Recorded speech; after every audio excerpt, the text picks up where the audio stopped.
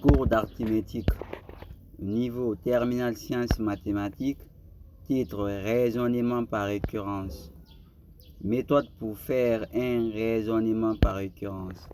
Pour faire un raisonnement par récurrence, il suffit de respecter 3 étapes qui sont: étape 1, initiation. Cette étape consiste à vérifier quelques valeurs de l'entier naturel que la proposition donnée est vraie. Étape 2, l'hérédité.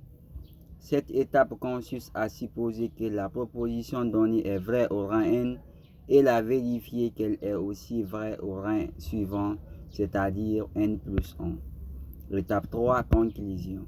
Cette étape consiste à prouver que quel que soit l'entier naturel, la proposition donnée reste toujours vraie. On va essayer de faire un exemple d'application concernant sur les raisonnements par récurrence en faisant ces 3 étapes. Exemple d'application. Démontrer par récurrence que quel que soit n appartenant à grand N, la somme de n de k allant de 1 à k égale à n facteur de n plus 1 sur 2. Solution. La première étape, vérifions quelques valeurs de n que cette proposition est vraie. Pour n égale à 1, partout où on voit k et n, on va essayer de remplacer par 1. On obtient 1 égale à 1, facteur 1 plus 1, le tout sur 2. Cela implique que 1 égale à 1 est vrai.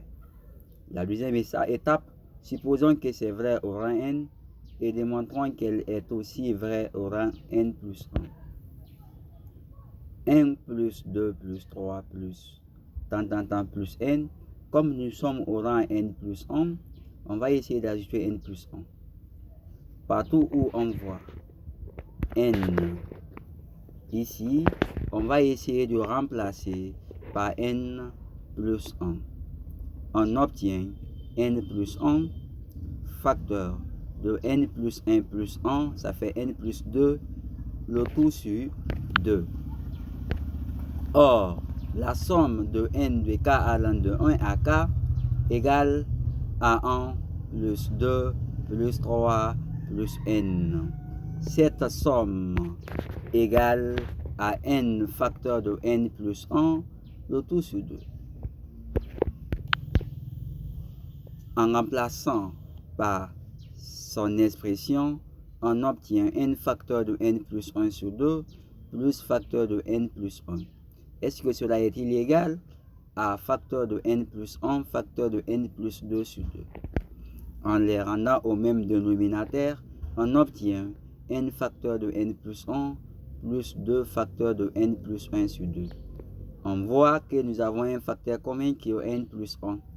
En factorisant par n plus 1, on obtient n plus 1 facteur de n plus 2, le tout sur 2 est vrai. Et la dernière étape, conclusion. Quel que soit n appartenant à n, cette proposition est vraie. Merci. À la prochaine.